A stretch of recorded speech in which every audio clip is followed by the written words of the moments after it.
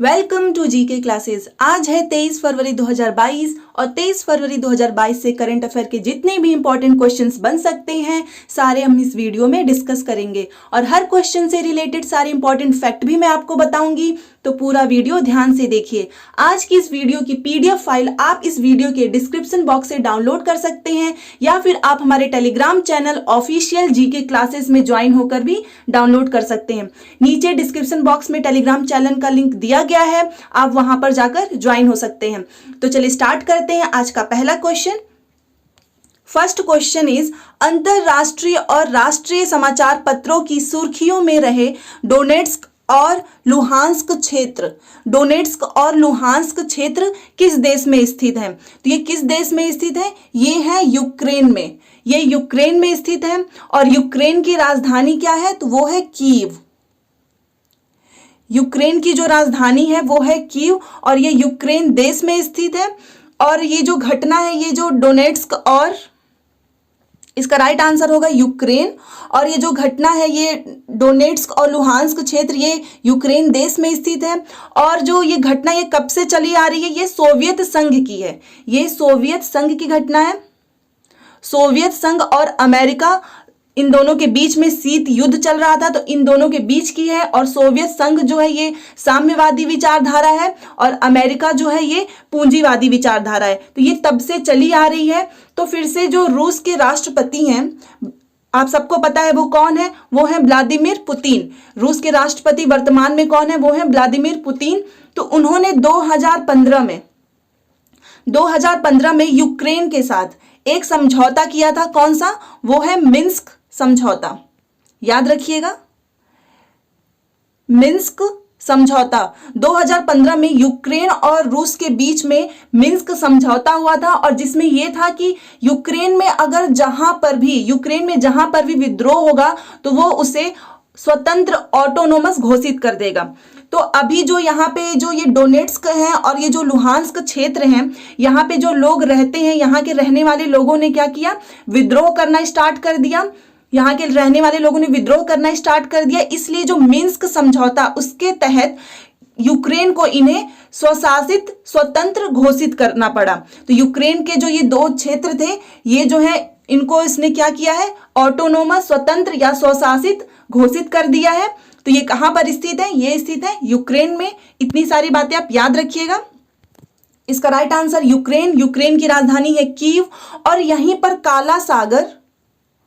काला सागर और जो ओजो सागर है, इनके बीच में कौन सी जल संधि होती है? तो वो होती है कर्च की जल संधि। कर्च जल संधि, ये भी आप याद रखिएगा। तो ये आपको पहला क्वेश्चन समझ में आ गया होगा कि ये ऐसा क्यों हुआ है। और इस पे अगर आप डिटेल में जानना चाहते हैं तो आप मुझे कमेंट बॉक्स में बताइएगा, मैं इसके लिए एक अलग से वीडियो लेकर आऊंगी। अब नेक्स्ट क्वेश्चन है क्वेश्चन नंबर 2। हाल ही में चर्चा में रहे फरवरी 2022 में एंटोनिया, एलेनिया और जेनेब क्या है? तो ये क्या है? ये एंटोनिया, एलोनिया और जेनेब जो है ये एक तूफान है। याद रखिएगा, ये एक तूफान है। यूरोप में वर्तमान में अभी एक सप्ताह में ही 3 तूफान जो है टकराए थे उसी में, और उनका नाम क्या है? वो है एंटोनिया, एलोनिया और जेनेब। और ये जो एंटोनिया है ये अभी हाल ही में किससे टकराया है? ये जर्मनी से टकराया है। ये हाल ही में जो एंटोनिया है ये जर्मनी से टकराया है। तो याद रखिएगा कि ये तीनों क्या है? ये तीनों जो है तूफान है। और यूरोप में वर्तमान में जो है एक सप्ताह में ये 3 बार जो है तूफान टकराए हैं। और एंटोनिया जो है वो हाल ही में किससे टकराया है? वो जर्मनी से टकराया है। तो इसका राइट आंसर हो गया ऑप्शन नंबर डी, तूफान। और जो जर्मनी के जो वर्तमान में चांसलर हैं, आप सबको पता है कि वहां पे एंजेला मर्केल का जो शासन है बहुत काफी लंबे समय से चलता आया है। तो वर्तमान में जो जर्मनी के चांसलर हैं वो कौन है? ये नाम इंपॉर्टेंट है, याद रखिएगा, ओलाफ शोल्ज। इनका नाम है ओलाफ। जर्मनी के चांसलर का नाम है ओलाफ शोल्ज। ये अभी वर्तमान में जर्मनी के चांसलर हैं। और जर्मनी की जो राजधानी है वो क्या है? वो है बर्लिन। ये भी याद रखिएगा। जर्मनी की राजधानी है बर्लिन, और यहीं पर कॉप जो है कॉन्फ्रेंस ऑफ पार्टीज जो है एक यहीं पर हुआ था 1995 में। कॉप एक जो है 1995 में यहीं पर हुआ था। और जर्मनी में एक नदी भी बहती है, कौन सी है वो? रूज, जो राइन नदी है वो भी जर्मनी में ही बहती है। राइन नदी कहाँ पर बहती है? राइन नदी वो जर्मनी में बहती है, राइन नदी। और जर्मनी को जो है रूर क्षेत्र, इसको क्या कहते हैं? रूर क्षेत्र या विश्व का काला प्रदेश, इसे कहते हैं रूर क्षेत्र या फिर विश्व का काला प्रदेश। क्यों? क्योंकि ये कोयले के लिए फेमस है। विश्व का काला प्रदेश जर्मनी को ही कहा जाता है, रूर क्षेत्र, क्योंकि ये कोयले के लिए क्या है? फेमस है। आई होप आपको इतनी सारी बातें समझ में आई होंगी। और अगर अभी तक आपने हमारे चैनल को सब्सक्राइब नहीं किया है तो कर लीजिए, जिससे डेली मॉर्निंग में आपको नोटिफिकेशंस मिलते रहें। तो ये था इसका क्वेश्चन, आपको आई होप समझ में आया होगा क्वेश्चन नंबर 2। अब चलिए नेक्स्ट क्वेश्चन पे चलते हैं। क्वेश्चन नंबर 3, कौन से देश की पुरुष team ICC international cricket council ranking में नंबर 1 बन गई है? तो कौन सी देश है वो है भारत। इंडिया जो है ICC international cricket council ranking में नंबर जो है 1 बन गई है। और ये जो है 2016 में 2016 में जब महेंद्र सिंह धोनी जो है कप्तान थे, उस टाइम पर ये नंबर 1 पर थी। फिर अभी जो है हाल ही में 2022 में जब रोहित शर्मा कप्तान है तो भी ये नंबर 1 पर वापस आ गई है। लगभग 6 सालों के बाद T20 रैंकिंग में ये पहले स्थान पर है। तो कौन है पहले स्थान पर? वो है भारत। और अब जो है इंटरनेशनल क्रिकेट काउंसिल, इसके जो है चेयरमैन कौन है वर्तमान में? वो है ग्रेग बर्कले। ये भी याद रखिएगा, ग्रेग बर्कले जो है इंटरनेशनल क्रिकेट काउंसिल के वर्तमान में चेयरमैन है। और इंटरनेशनल क्रिकेट काउंसिल आईसीसी का हेडक्वार्टर कहाँ है? ये है संयुक्त अरब अमीरात दुबई में है। याद रखिएगा ये कहाँ पर है? यूएई दुबई में, इसका हेडक्वार्टर यहीं पर है, संयुक्त अरब अमीरात दुबई में है। ये सारी बातें आप याद रखिएगा। और अभी हाल ही में एक क्रिकेटर, पहले तो टोटल जो है 12 लोगों को मेजर ध्यानचंद जो खेल रत्न पुरस्कार है, ये कितने लोगों को दिया गया है? ये दिया गया है 12 लोगों को दिया गया है। और इन 12 में सिर्फ एक जो क्रिकेट प्लेयर है, सिर्फ एक जो है महिला क्रिकेट प्लेयर जो है, एक जो है क्रिकेट प्लेयर उनको मिला है। और वो कौन है? वो है मिताली राज। ये भी याद रखिएगा। जो टोटल जो है 12 जो है मेजर ध्यानचंद खेल रत्न पुरस्कार जो मिला है, उसमें से सिर्फ एक जो है महिला खिलाड़ी, वो भी महिला क्रिकेट प्लेयर, वो कौन है जिन्हें मिला है? तो वो है मिताली राज। इनको मिला है मेजर ध्यानचंद खेल रत्न पुरस्कार से, इन्हें सम्मानित किया गया है। तो ये सारी बातें आप याद रखिएगा। अब चलिए नेक्स्ट क्वेश्चन पे चलते हैं। क्वेश्चन नंबर 4, 19 फरवरी 2022 को नदियों में night navigation mobile app launch करने वाला देश का पहला राज्य कौन बन गया है? तो जो नाइट नेविगेशन है, night navigation mobile app launch करने वाला देश का पहला राज्य कौन है? तो वो है असम। यहां पर किया गया है। और असम के जो मुख्यमंत्री हैं वो कौन है? वो है हिमंत बिस्वा।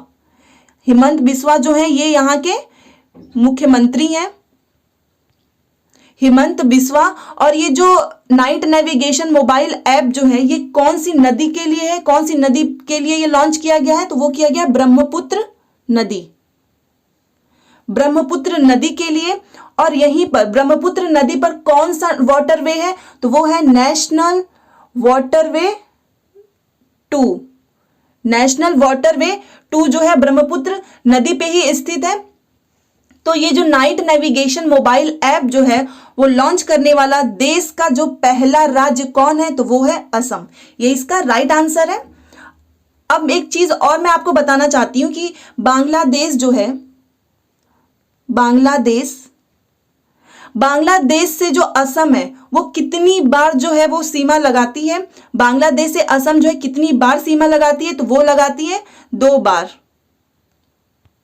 बांग्लादेश से जो असम है वो 2 बार जो है सीमा लगाती है, ये भी आप याद रखिएगा। और असम में ही एक जो मंदिर है, असम में ही एक मंदिर है, कौन सा है वो? कामाख्या माता मंदिर, ये भी याद रखिएगा। कामाख्या माता मंदिर कहाँ पर है? यहीं पर जो है कामाख्या माता मंदिर है, जो कि असम में ही स्थित है। मैंने आपको बताया था कि जो कामाख्या माता मंदिर है,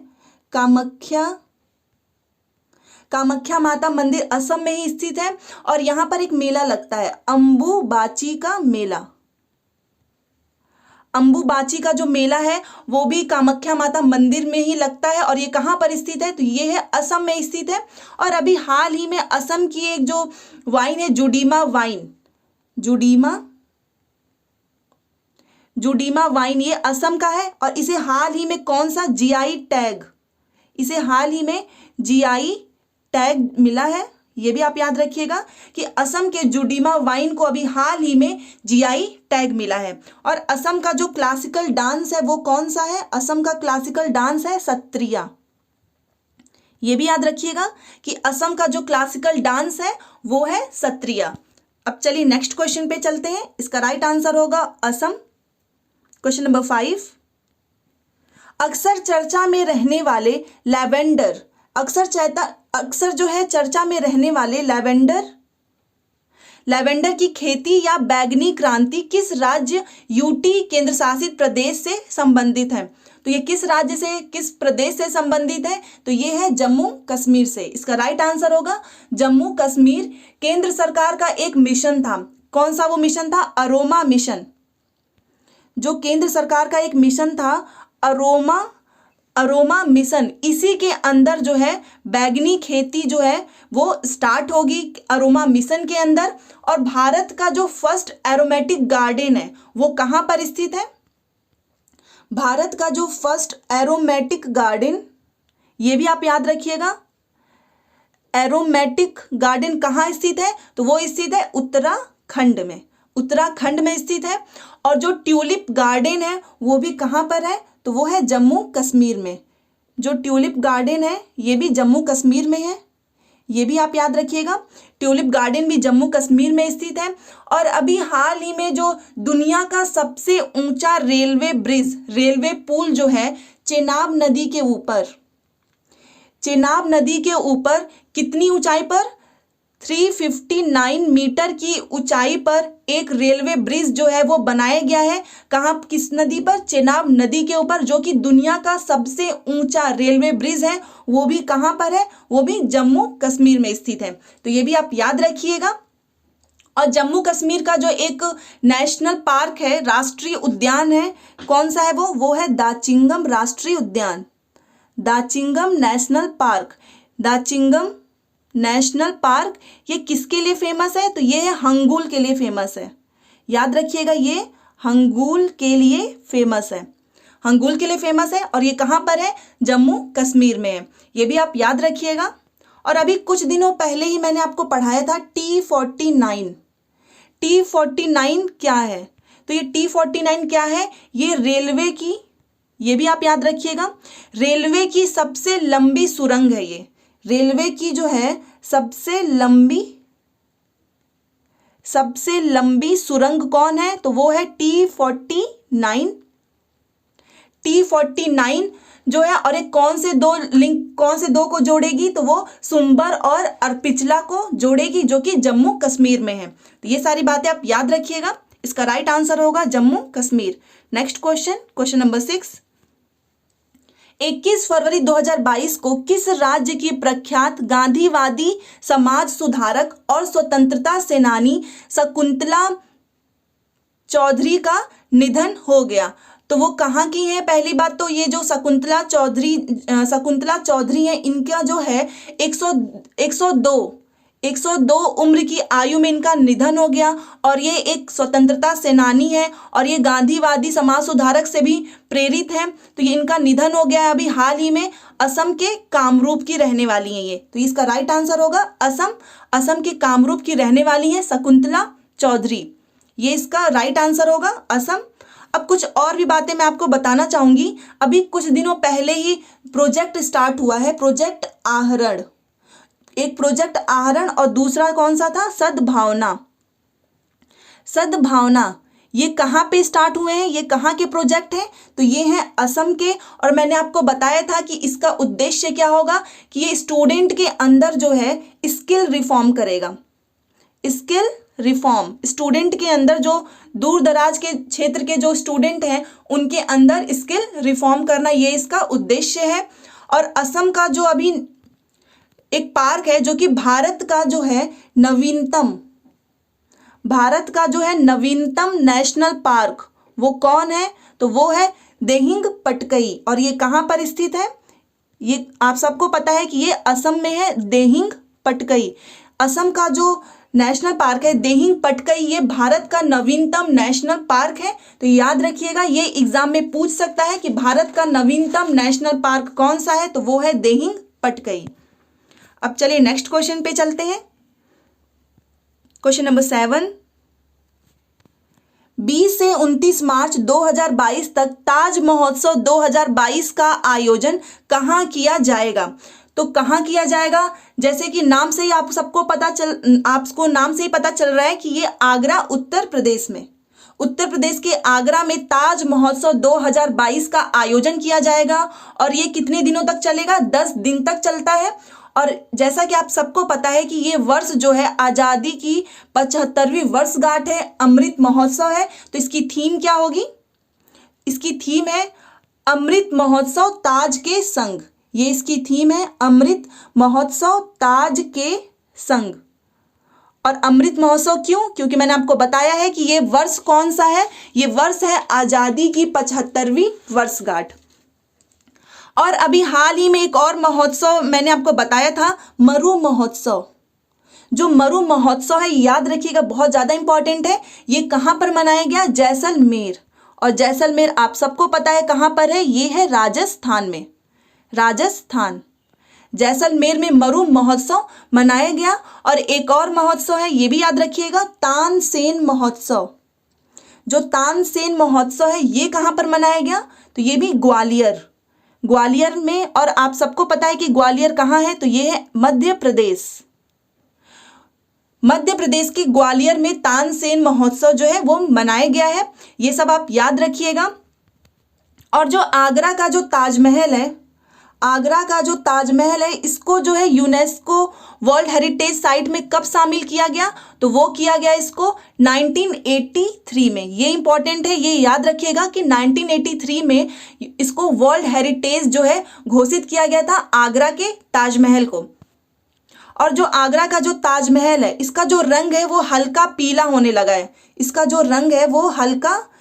होने लगा है, और ये इसका रीज़न क्या है, ये क्यों इसका जो रंग है वो हल्का पीला हो रहा है, तो वो हो रहा है एसिड रेन की वजह से। अम्लीय जो वर्षा है, एसिड रेन, अम्लीय वर्षा के कारण जो इसका रंग है वो हल्का पीला हो रहा है। और एसिड रेन को क्या कहते हैं, तो एसिड रेन को कहते हैं इमारतों का कुष्ठ रोग। इसको इमारतों का क्या कहते हैं, कुष्ठ रोग। और कौन से एसिड रेन होते हैं, तो एक होता है सल्फ्यूरिक अम्ल, मैं यहाँ पे लिख दे रही हूँ, आप ध्यान रखिएगा। ये भी पूछता है कि एसिड रेन कौन कौन से हैं, तो एक है सल्फ्यूरिक अम्ल एंड दूसरा है नाइट्रिक अम्ल। इसी के कारण जो ताजमहल है उसका जो रंग है वो हल्का पीला होने लगा है, अम्लीय वर्षा के कारण। और एसिड रेन को इमारतों का क्या कहते हैं, कुष्ठ रोग। तो इसका राइट आंसर होगा आगरा उत्तर प्रदेश। याद रखिएगा, जो भी मैंने आपको इसके 7 पॉइंट बताए हैं वो भी एग्जाम में पूछा जाता है।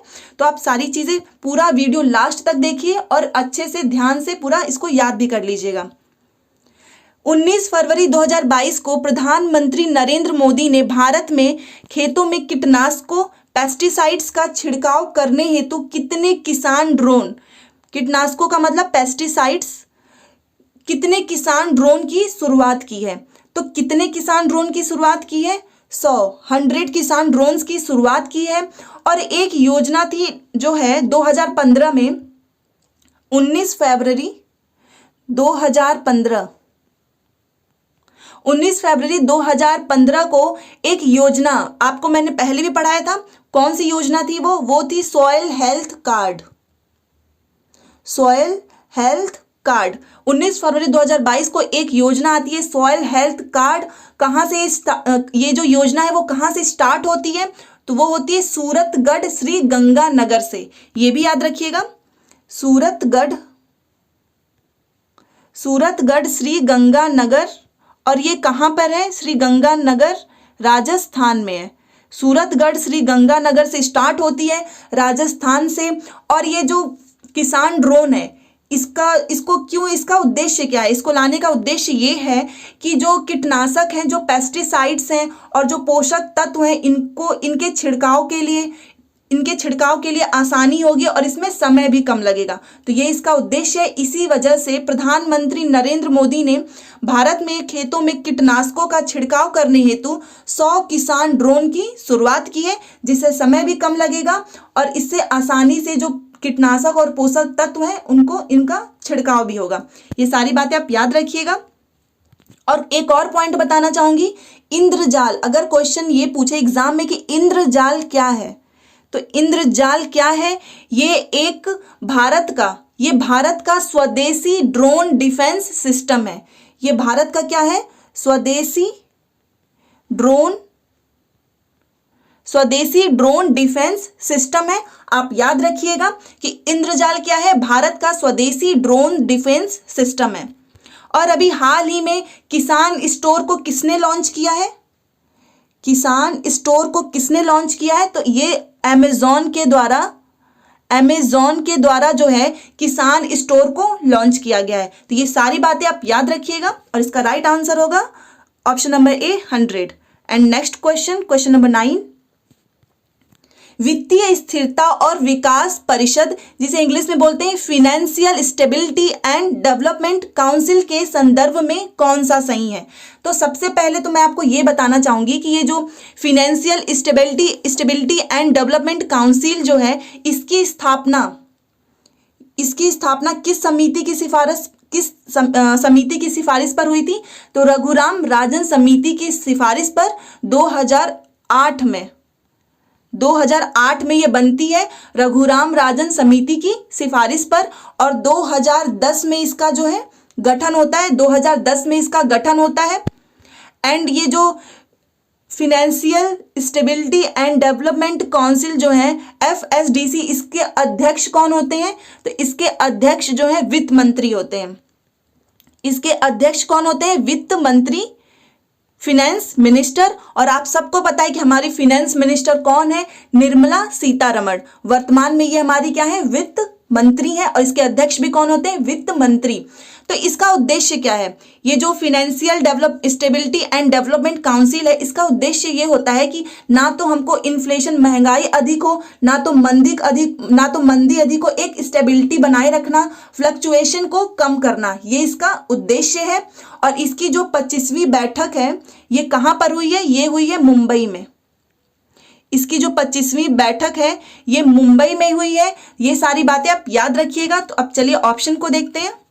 22 फरवरी 2022 को मुंबई में FSDC की 25वीं बैठक आयोजित की गई, ये भी सही है। इसकी स्थापना वर्ष 2010 में की गई थी, ये भी सही है। एंड इसकी अध्यक्षता जो है वो वित्त मंत्री के द्वारा की जाती है। इसमें सारे ऑप्शन सही हैं। और हमारे वित्त मंत्री कौन है? फाइनेंस मिनिस्टर निर्मला सीतारमण, याद रखिएगा। अब कुछ और भी बातें 2-3 बताने चाहूंगी मैं कि जो मौद्रिक नीति है, मौद्रिक नीति के अध्यक्ष, मौद्रिक नीति समिति का अध्यक्ष कौन होता है? तो वो होता है RBI का गवर्नर। और अभी वर्तमान में हमारे RBI के गवर्नर कौन है? तो वो है शक्तिकांत दास। और इसका हेडक्वार्टर कहाँ पर है? वो है मुंबई में। ये सारी बातें अब याद रखिएगा। और मौद्रिक नीति में कितने मेंबर होते हैं? तो वो होते हैं 6 इसमें मेंबर होते हैं, ये भी आप याद रखिएगा। और जो GST है, गुड्स एंड सर्विस टैक्स, इसके अध्यक्ष कौन होते हैं? तो वो भी वित्त मंत्री ही होते हैं, ये भी आप याद रखिएगा, वित्त मंत्री ही होते हैं। और जो GST है, ये कौन से अनुच्छेद में है? तो वो है 279A। 279A अनुच्छेद में है। और कौन सा संविधान संशोधन है? तो ये है 101वां संविधान संशोधन और 279A अनुच्छेद। तो जीएसटी का अनुच्छेद 279A और संविधान संशोधन कौन सा है? 101वां। और इसके अध्यक्ष कौन होते हैं? तो वो है वित्त मंत्री। ये भी आप सारी बातें आप याद रखिएगा। और नीति आयोग का अध्यक्ष कौन होता है? तो वो होते हैं हमारे प्रधानमंत्री, प्राइम मिनिस्टर नरेंद्र मोदी जी इसके अध्यक्ष हैं। और उपाध्यक्ष भी मैंने आपको बताया था, उपाध्यक्ष राजीव कुमार और इसके सीईओ हैं अमिताभ कांत। ये भी आप याद रखिएगा। अब चलिए नेक्स्ट क्वेश्चन पे चलते हैं। क्वेश्चन नंबर 10, ये आज का हमारा लास्ट क्वेश्चन है। अंतरराष्ट्रीय मातृभाषा दिवस कब मनाया जाता है? तो इसको कब मनाया जाता है? कल भी मैंने आपको ये पढ़ाया था। ये मनाया जाता है 21 फरवरी को। अंतरराष्ट्रीय मातृभाषा दिवस हम हर साल मनाते हैं। और इसको मनाने की घोषणा जो है ये यूनेस्को के द्वारा की गई थी। इसको मनाने की जो घोषणा है वो यूनेस्को के द्वारा की गई थी। और यूनेस्को का हेडक्वार्टर कहाँ है? तो वो है पेरिस। यूनेस्को का जो हेडक्वार्टर है वो पेरिस है।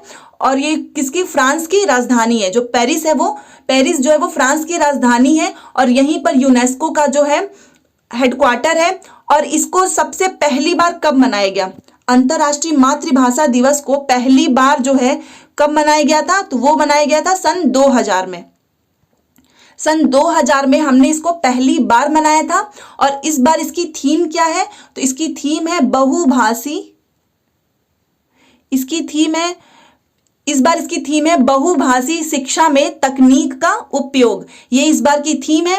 तो ये सारी बातें आप याद रखिएगा। इसको 21 फरवरी को हम मनाते हैं। और एक क्वेश्चन और भी मैं आपको बताना चाहूंगी कि जो मूल संविधान है, मूल संविधान